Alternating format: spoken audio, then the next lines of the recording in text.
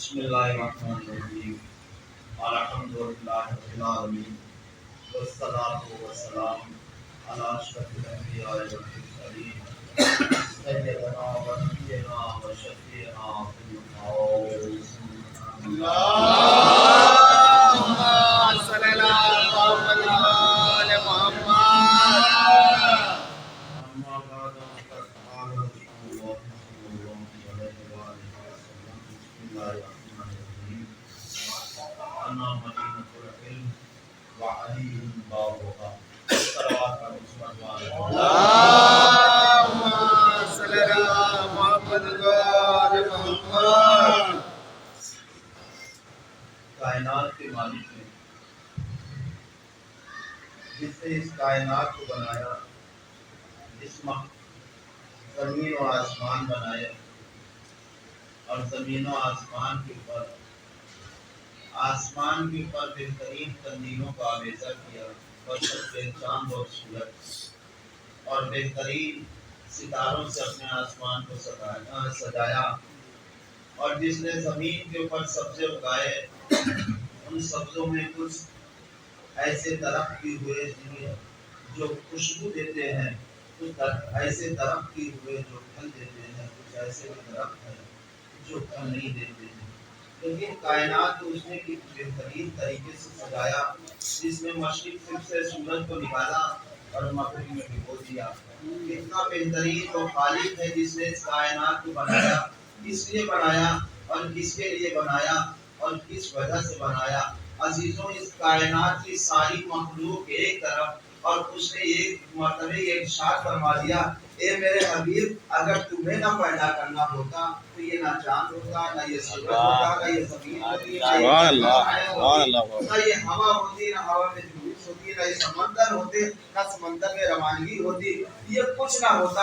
اے میرے حبیب، یہ میں نے تمہارے لیے بنائی ہے۔ اور پھر حبیب کے لیے جب یہ فرمایا، اے حبیب، اگر تمہیں نہ بنانا ہوتا تو میں اس کائنات کو نہ سجاتا، یہ کائنات میں نے تمہارے لیے سجائی۔ اور اتنے ناز اور نخرے سرکار دو عالم کو پیغمبر اسلام کو اٹھائے ہیں اللہ نے کہ آپ دیکھیے کس انداز میں پیغمبر اسلام کو اس نے مخاطب کیا۔ جب عبادت کی بات آ گئی تو خالق کائنات نے ارشاد فرما دیا، اے میرے حبیب، رات کو کم جاگ کر کم عبادتیں کیا کرو، اس لیے کہ جب تم زیادہ عبادتیں کرتے ہو تو تمہاری عبادتیں کرنے کی وجہ سے تمہارے پیروں کے اوپر ورم آ جاتا ہے، تکلیف ہوتی ہے۔ اے میرے حبیب، میں نے تمہیں رحمت للعالمین بنا کر بھیجا ہے۔ اے میرے حبیب، میں نے تمہیں رحمت للعالمین بنا، تو کم سے کم اگر حدیث کے اوپر یقین آدمی کو نہ ہو کہ یہ حدیث گڑھ دی گئی ہوگی، یہ حدیث وضع کر دی ہوگی، تو کم سے کم قرآن مجید کے اوپر تو یقین کر لو کہ سرکار دو عالم کو ایک جگہ کے اوپر اللہ نے منع تو بھی کیا ہے کہ رات کو جاگ کر کم عبادتیں کیا کرو، لیکن جب علی کی محبت کی بات آئی تو فرمایا، اے حبیب، اٹھو تب بھی علی رہو، سفر میں رہو تب بھی علی رہو، یہاں رہو تب بھی علی رہو، اور آسمان پر ہمارے پاس آ جاؤ تو وہاں بھی علی رہو۔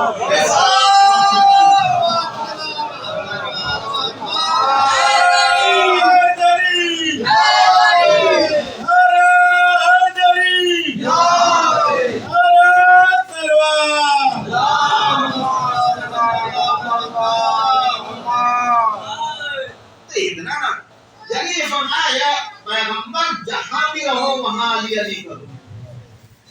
اور ناز اور اٹھانے کے بعد میں اور اتنے ناز اٹھایا خالق کے کائنات۔ یہ الگ ہے کہ ہم نے قرآن مجید کے اوپر مثلا غور و فکر نہیں کیا، ورنہ قرآن مجید میں فضائل اہل بیت بھرے پڑے ہوئے۔ اچھا، پیغمبر کی یہ تو تعریف کر دیتے ہیں کہ پیغمبر ماشاءاللہ خدا نے اتنا نور دیا تھا، اور پیغمبر کے دانت ایسے تھے، پیغمبر کی زبان ایسی تھی، پیغمبر کے پیر ایسے تھے، پیغمبر کے ہاتھ ایسے تھے، اور پیغمبر کی زلفیں ایسی تھی۔ اور یہ بھی اللہ نے قرآن مجید میں سورہ مزمل مدثر میں فرما دیا، کملی والا رسول بھی کہہ دیا اور چادر والا رسول بھی اللہ نے پیغمبر کو کہہ دیا۔ کملی والا رسول بھی کہا پیغمبر کو اور چادر والا رسول بھی کہا۔ یہ بدقسمتی ہے کہ مسلمانوں نے کملی والا رسول لے لیا اور چادر والا رسول چھوڑ دیا۔ کملی والا رسول کیوں لیا؟ اگر کملی والا رسول کہیں گے تو فقط رسول مراد ہوں گے، اگر چادر والا رسول کہہ دیں گے تو فاطمہ بھی آ جائیں گے،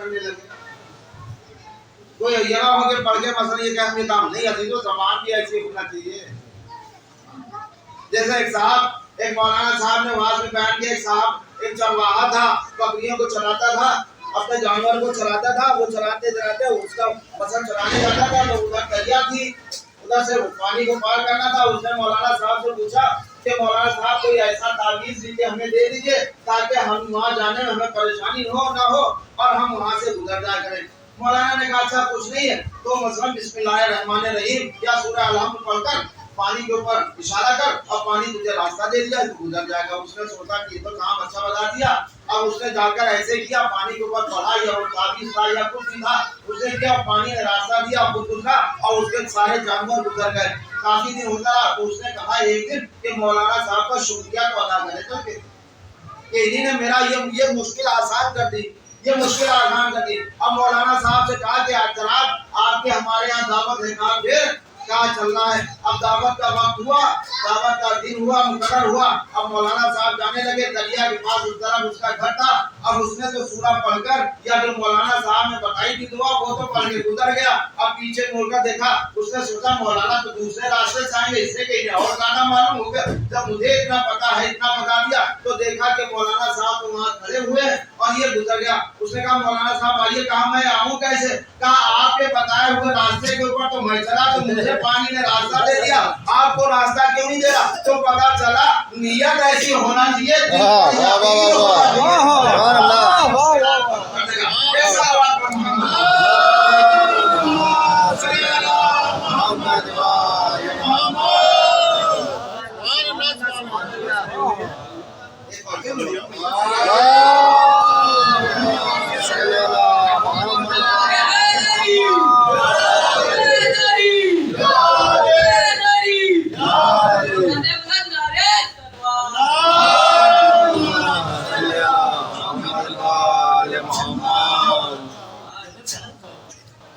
زیادہ نہیں پڑھوں گا اس لیے کہ روزے کی حالت میں زیادہ پڑھ بھی نہیں جاتا, زبان چپکتی ہے. اور دوسری چیز یہ کہ نماز کا بھی خیال رکھنا ہے, اس سے ماشاءاللہ سے پڑھنے زیادہ ہوگی, امید زیادہ ہوں گے تو وضو کرنے میں ٹائم لگے گا. آپ کے بعد میں مثلا روزہ بھی ہونا ہے, 2 روزے ہوں گے تو 10-15 منٹ اس میں بھی لگ جائیں گے, 15-20 منٹ وضو بھی لگ جائیں گے اور پھر نماز ہوگی. لہٰذا زیادہ میں ویسے بھی نہیں پڑھتا ہوں, ایک صلوات پڑھتا ہوں.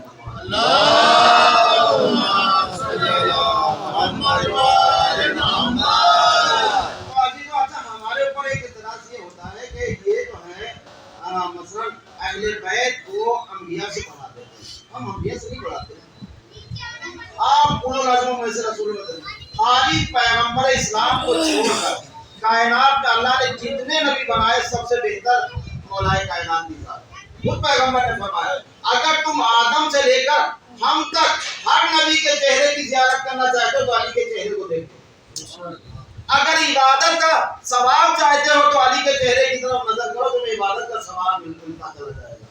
تاریخ میں ملتا ہے جناب یعنی ام المومنین جناب عائشہ کے لیے ملتا ہے کہ وہ جب پیغمبر نے فرمایا کہ اگر تم چاہتے ہو کہ سارے نبیوں کے چہرے کی زیارت کا ثواب ملے اور تمہیں عبادت کا ثواب ملے تو تم علی کے چہرے کی طرف نظر کیا کرو. تو ام المومنین بتاتی ہے, فرماتی ہے کہ جب مجھے عبادت کا ثواب لینا ہوتا تھا اور یا جب علی میرے گھر میں آتے تھے تو میں علی کے چہرے کے اوپر مستقل نظر کیا کرتی تھی. پوچھا, لوگوں نے پوچھا کیوں؟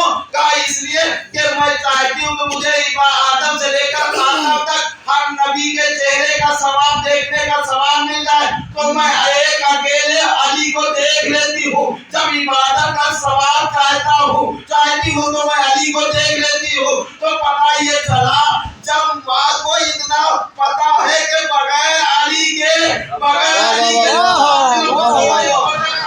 تو یہ امت مسلمہ بغیر علی کے کیسے نجات پا سکتی ہے؟ ایک سوال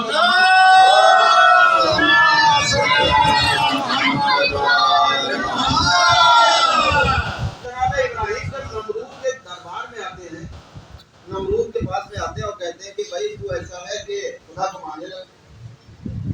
تو پہلے بادشاہ جو ہوتے تھے یا لوگ جو ہوتے تھے تو کہتے تھے معجزات دکھائیے تو ہم یقین کریں گے.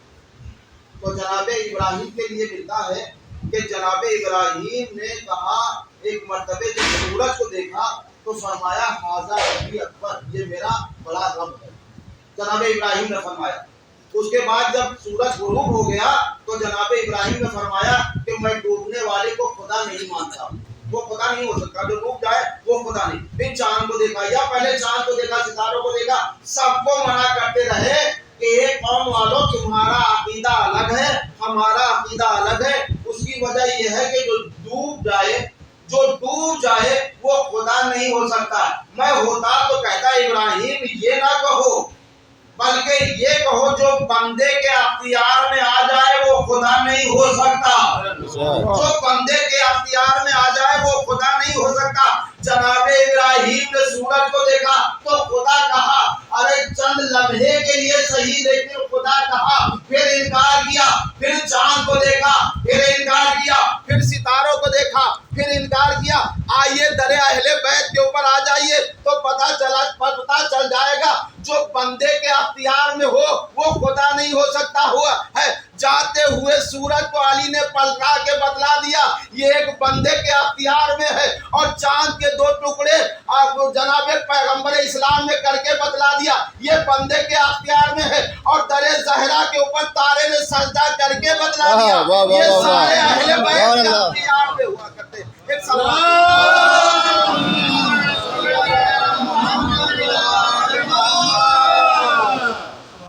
ایک اور سلام پر محمد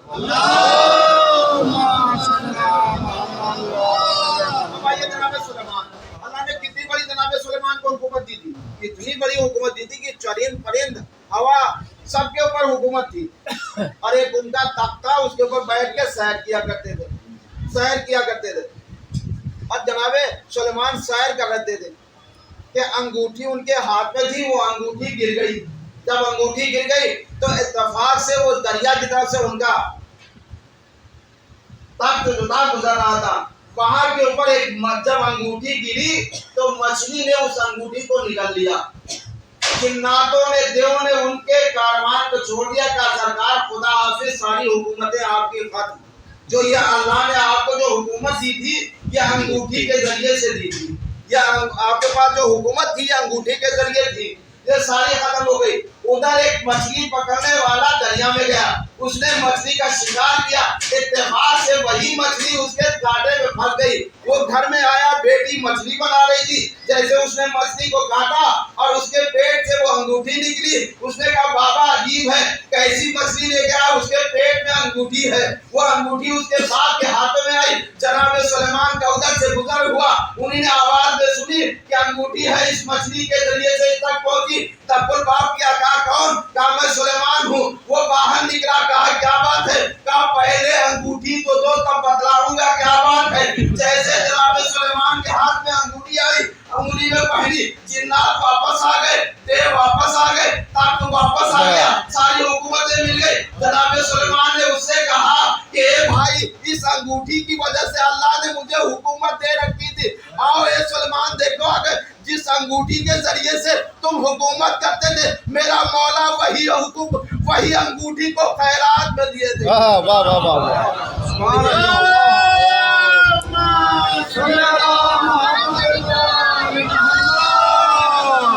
وہی علی جو ہے اس انگوٹھی کو خیرات میں دے دیا کرتا ہے، وہی انگوٹھی علی جو ہے خیرات میں دے دیا کرتا ہے۔ لیکن عزیزوں میں پھر کہہ رہا ہوں علی جیسا انسان کائنات میں ہوا ہی نہیں۔ مانگنے کا طریقہ ہونا چاہیے، ہمیں شرم و حیا نہیں کرنا چاہیے مانگنے میں۔ اہل بیت کا وسیلہ دیکھیں، خود علماء نے فرمایا کہ بغیر وسیلے کے دعا مانگنا نہیں چاہیے اللہ سے، اور وسیلہ ایسے کو بناؤ جس کی خدا تک رسائی ہو، ایسے کو وسیلہ بناؤ جس کی خدا تک رسائی ہو۔ اور کائنات میں دیکھو آقا امینی جنہوں نے الغدیر لکھی ہے، جنہوں نے مانگنے کا طریقہ دیکھیے، اور یہ نہ سوچیے کہ مولا ہمیں دے نہیں رہے۔ امام جعفر صادق کے پاس میں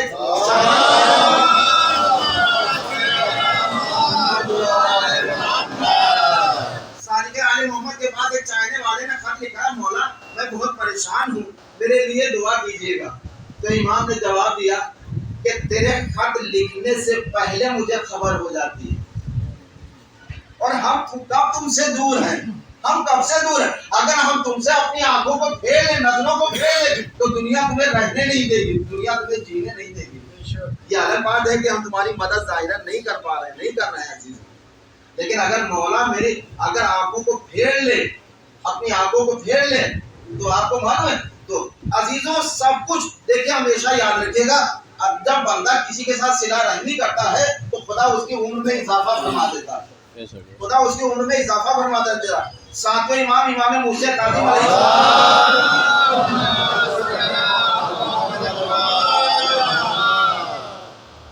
امام موسی کاظم علیہ السلام کا واقعہ کہ دو چاہنے والے ملے، تو مولا کے پاس پہنچے تو مولا کو سلام کیا۔ مولا نے پوچھا خیریت سے، وہ حج کر کے واپس ہوئے، جب مولا کے پاس میں آئے اور مولا سے سلام کیا تو مولا نے فرمایا تو زندہ آ گیا۔ اس میں دونوں بھائی تھے، وہ کہا تو زندہ ہو گیا، زندہ آ گیا؟ کہا ہاں مولا۔ کہا کیسے مولا؟ کہا سفر کے دوران تیری موت لکھی ہوئی تھی۔ کہا پھر؟ کہا خدا نے تیری عمر میں اضافہ فرما دیا، تیری موت کو ٹال دیا۔ کہا وہ مولا کیسے؟ کہا جب تو اپنے گھر سے نکلا تھا تو کیا ارادہ تھا کہ تو جائے گا اور جانے کے بعد پہلے یعنی ہر بیت اللہ کرے گا، پھر جا کر امام موسی یعنی مجھ سے ملاقات کرے گا۔ کہا مولا کا پھر؟ کہا تو اپنے گھر سے نکلا، راستے میں تیری پھوپھی کا مکان تھا، تیری پھوپھی کا مکان تھا، تو پھوپھی سے ملنے کے لیے گیا۔ جب وہاں پھوپھی سے ملنے کے لیے گیا، اپنے رشتہ داروں کی عیادت کے لیے گیا، تو اللہ نے تیری موت کو جو لکھا تھا، تیری موت کو کاٹ دیا، اور وہاں کے اوپر اللہ نے تیری عمر کو 5 سال کے لیے بڑھا دیا۔ اللہ اکبر، 5 سال کے لیے اللہ نے تجھے زندگی دے دی۔ اب اس وقت زیادت کر کے تو چلے آئے مولا کی، اور اس کے ایک بھائی نے گننا شروع کیا۔ جب پورے 5 سال ہو گئے تو اس میں سے ایک بھائی کی موت ہو گئی۔ اس نے وہیں سے امام موسی کاظم کو سلام کیا، اے فرزند زہرا تجھے سلام ہو میرا، جو امام کہہ دیتا ہے وہ سچ ہوتا ہے۔ لیکن عزیزو امام نے یہ بھی بتایا کہ جب کسی کے ساتھ صلہ رحمی کرو گے اللہ تمہاری عمر میں اضافہ کرتا ہے، اللہ تمہاری دولت میں بھی اضافہ فرما دیتا ہے۔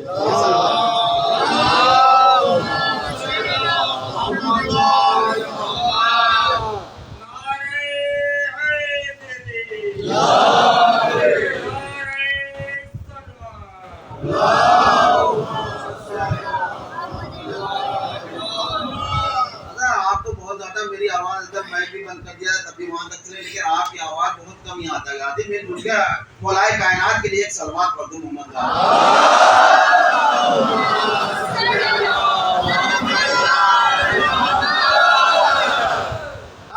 فرماتے ہیں کہ میں شب جمعہ تھا، میں نے زیارت یاد کر کے کہ مولا کے حرم سے آپ چلے یہاں سے، تو علامہ امینی بیان کرتے ہیں کہ علامہ امینی کا ایک پیر خراب تھا، ایک پیر ان کا خراب تھا، انہیں نے الغدیر لکھی مولا کی، اور ایک پیر ان کا خراب تھا۔ تو ایک آدمی آتا ہے، اس نے زری کو نہ آداب بجا لایا، اور زری کے اوپر اس نے ہاتھ رکھے گا، یا علی میرا پیر رات تک ٹھیک ہو جائے ورنہ صبح سے تجھے آپ کو ماننا چھوڑ دوں گا۔ علامہ امینی کہتا ہے اتنی بے ادبی سرکار نجف اشرف سے کہ مولا سے کہہ رہا مولا میرا پیر صبح تک ٹھیک ہو جائے ورنہ میں آپ کو ماننا چھوڑ دوں گا۔ آقا امینی کہتے ہیں میں بیٹھ گیا، میں نے کہا اس کے حالات دیکھے کہ کہا ساری رات سوتا رہا وہاں پر اور میں عبادت کرتا رہا۔ جب صبح کی اذان کا وقت ہو گیا، نہ وضو کیا نہ نماز پڑھی، کچھ نہیں، اور چلا، اور چلنے کے بعد میں اپنا پیر کو دیکھا، چلا کے دیکھا تو پیر ٹھیک تھا۔ کہا مولا ٹھیک ہے میرا پیر صحیح ہو گیا، خدا حافظ، السلام علیکم ورحمۃ اللہ وبرکاتہ۔ علامہ امیر کہتے مجھے تعجب کہ میں اتنے سال سے علی کے در پر بیٹھا ہوں، اب پیر کی دعا کر رہا ہوں، غدیر بھی لکھ رہا ہوں، اور میرا پیر ٹھیک نہیں ہوا۔ علامہ امیر کہتے ہیں کہ میں مایوس چلا، اور صبح کی نماز سے اور مستحبات سے فارغ ہونے کے بعد اپنے گھر پہ آیا اور سو گیا۔ آنکھ لگی تو دیکھا کہ مولائے کائنات خواب میں تشریف لائے ہیں۔ تو میں نے سلام کیا تو مولا نے جواب سلام دیا، کہا آقا امینی کیا بات ہے، کیا دل میں خیال ہے؟ کہا میں وہاں بھی مولا سے کہہ نہیں پایا کہ مولا میرا پیر تو صحیح نہیں کیا، اس کا پیر صحیح کر دیا. کہا میں مولا سے کہہ نہیں پایا. تو میرے مولا نے جواب دیا امینی کیا تم اس بات کے اوپر مایوس ہو کہ اس کا پیر ٹھیک ہو گیا تمہارا پیر ٹھیک نہیں ہوا؟ تم اتنے سالوں سے مانگ رہے ہو اور غدیر بھی لکھ رہے ہو. کہا امینی سنو، تم جو غدیر لکھ رہے ہو یہ میرا حق ہے تم پر کہ تم میری یہ اس کتاب کو لکھو. اور امینی سنو، تم میرے ہو چاہے ہم تمہیں دے یا نہ دے، لیکن تمہارے لیے یہاں بھی ہے اور تمہارے لیے وہاں بھی ہے. اور اس کے دل میں فقط اتنا ہی تھا اگر اس کا پیر ٹھیک نہ ہوتا تو وہ ہمیں ماننا چھوڑ دیتا. امینی تم میں اور اس میں فرق یہی ہے کہ چاہے ہم تمہیں دے یا نہ دے تب بھی تم ہمارے رہو گے، ہم تمہارے رہیں گے. ایک سوال محمد وآل محمد.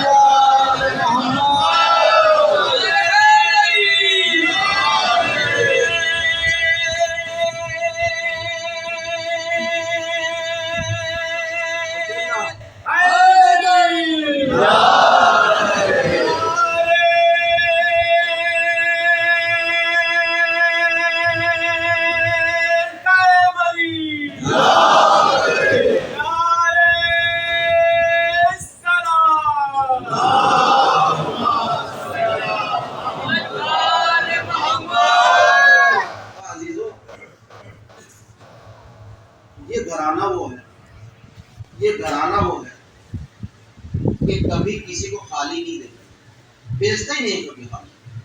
مانگنے کے طریقے ہوتے ہیں، مانگنے کے انداز ہوتے ہیں. وہ خالی بیٹھا ہے دینے کے لیے.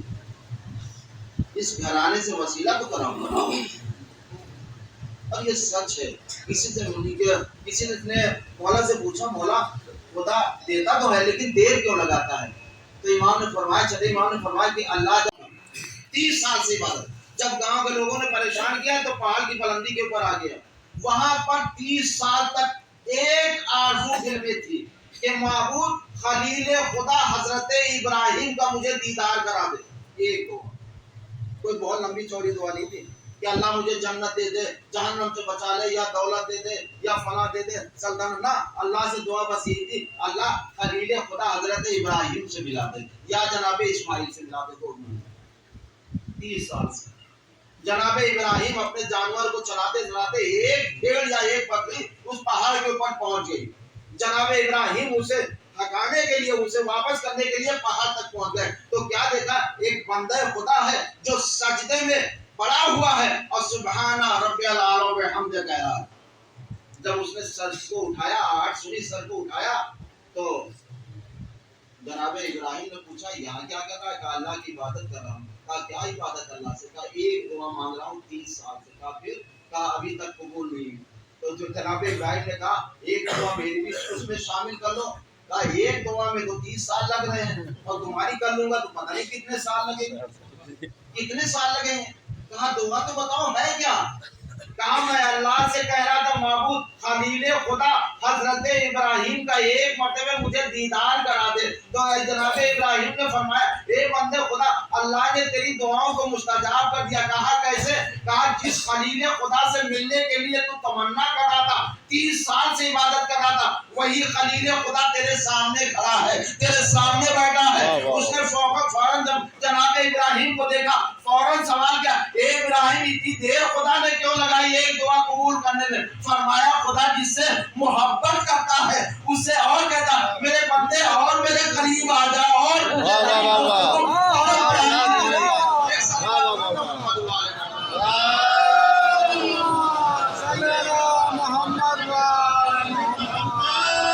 نعرے حیدری، حیدری، آواز بلند تر نعرے صلوات.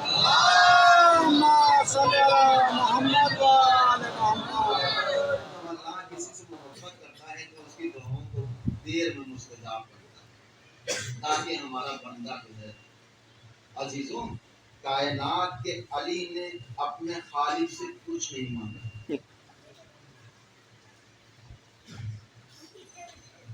کچھ نہیں مانگا. اس لیے آدھا گھنٹہ مجھے ہو گیا، 10-15 منٹ نوحہ پڑھا جائے گا. سنتے رہتے ہیں تو اللہ سے کچھ نہیں مانگا. آپ نے خیبر بھی سنا، خندق بھی سنا. علی کی بہادری بھی دیکھی، علی کی شجاعت بھی دیکھی ہے، علی کا زہد بھی دیکھا ہے اور علی کی قربانی بھی دیکھی ہے، علی کا تقوی بھی دیکھا، علی کا صبر بھی دیکھا. خیبر میں علی کی بہادری تو میں مجھے کس سے نہیں بیان کرنا. جب خیبر میں علی نے تینوں کو مارا، تینوں بھائیوں کو، مرحب کو، اندر کو، حارث کو، تینوں بھائیوں کو مارا. تاریخ میں ہے کہ جب کوئی ان کے سامنے جاتا تھا تو وہاں پر بچے تھے. وہ بہت بڑا ایک قلعہ تھا، خیبر بہت بڑا قلعہ ہے. اس کے چاروں طرف وہ کھدی ہوئی ہے خندق سی، مثلا کھائی جسے اپنے زبان میں کہتے ہیں، کہ یا تو اس میں پانی بھر دیتے تھے اور کبھی اس میں آگ روشن کر دیتے تھے تاکہ کوئی اس قلعے میں داخل نہ ہونے پائے. اور 40 آدمی اس دروازے کو کھولتے تھے اور 40 آدمی اسے لوہے کے ذریعے سے اسے بند کرتے تھے. اور وہاں عورتیں تھی، جب کوئی ان سے لڑنے کے لیے آتا تھا تو جب وہ مارا جاتا تھا تو بچے خوش ہوتے تھے، عورتیں خوش ہوتی تھی کہ ہمارے اس بہادروں کے سامنے کوئی ٹک نہیں پائے گا. تینوں کے سامنے، حارث، مرحب اور انتر کے سامنے جب تینوں مارے گئے اور علی نے خیبر کو فتح کیا اور پیغمبر کی خدمت میں آئے تو پیغمبر نے دیکھا کہ میرے بھائی علی کا چہرہ اترا ہوا، مایوس ہے. پیغمبر نے کیا کہا تھا کہ کل علم اس کو دوں گا جس کے ہاتھ پہ اللہ نے فتح لکھی ہوگی، اس کے ہاتھ سے خیبر فتح ہوگا. لیکن علی کا چہرہ اترا ہوا تھا اور آنکھوں میں اشک تھے. علی پیغمبر نے پوچھا میرے بھائی کون سی بات تمہیں ستا گئی؟ فرمایا میرے مولا، میرے آقا، قلعے کے اندر بچے بھی ہیں، عورتیں بھی ہیں. اور مولا جب چلنے لگے تھے تو واپس جب قلعے سے واپس ہو گئے تھے تو فرمایا تھا ان کے بچوں کے ہاتھوں میں رسیاں نہ باندھنا، ان کی عورتوں کے ہاتھوں میں رسیاں نہ باندھنا. جب عورتوں نے یعنی مرحب، اندر، حارث کی عورتوں نے، خاندان کی عورتوں نے جب سنا کہ اتنا بہادر جو میرے مثلا یا کسی کے شوہر ہوں گے یا کسی کے بھائی ہوں گے یا کسی کے چچا جو بھی ہوں، کہ جب ان ایسے بہادر کو مار دیا تو اس کی شجاعت کا کیا کہنا. لیکن میں نے ایسا انسان نہیں دیکھا جس کی عورتوں کے اوپر اتنا رحم کرتا ہو کہ دیکھو میری غیرت گوارا نہیں کرتی ہے کہ دشمن کے بچوں کے ہاتھوں میں رسیاں باندھی جائیں، ان کے عورتوں کے ہاتھوں میں رسیاں باندھی جائیں. میں بولا تو کہتا مولا کربلا میں آ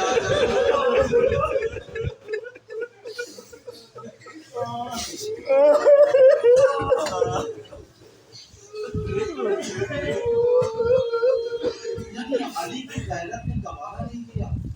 پوچھا بھائی کیا کہا؟ یا رسول اللہ جب میں داخل ہوا تھا تو بچے بہت خوش تھے، عورتیں بہت خوش تھی کہ یہ مارا جائے گا، لیکن جب میں نے ان کے سرداروں کو مار دیا تو ان کی آنکھوں سے میرے آقا ان سے اپنے اصحاب سے، اپنے لشکر والوں سے کہہ دیجئے کہ ان کے بچوں کے ان کی عورتوں کے ہاتھوں میں رسیاں نہ باندھی جائے.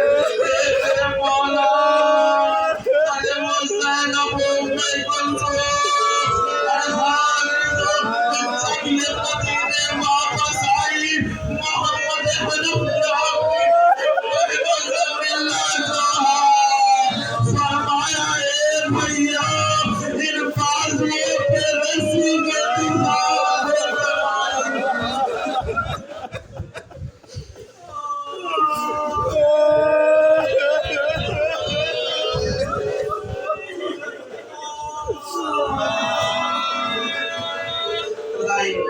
آوازوں میں رحمت نازل فرمائے. خدا آپ کو ہر بیماری پریشانی سے محفوظ، خدا آپ کے کاروبار میں ترقی عنایت فرمائے. چوتھے امام فرماتے ہیں کہ کبھی یہ دعا نہ مانگا کرو کہ اللہ ہمیں دولت عطا فرمائے. فرمایا جب بھی دعا مانگا کرو اللہ ہماری دولت میں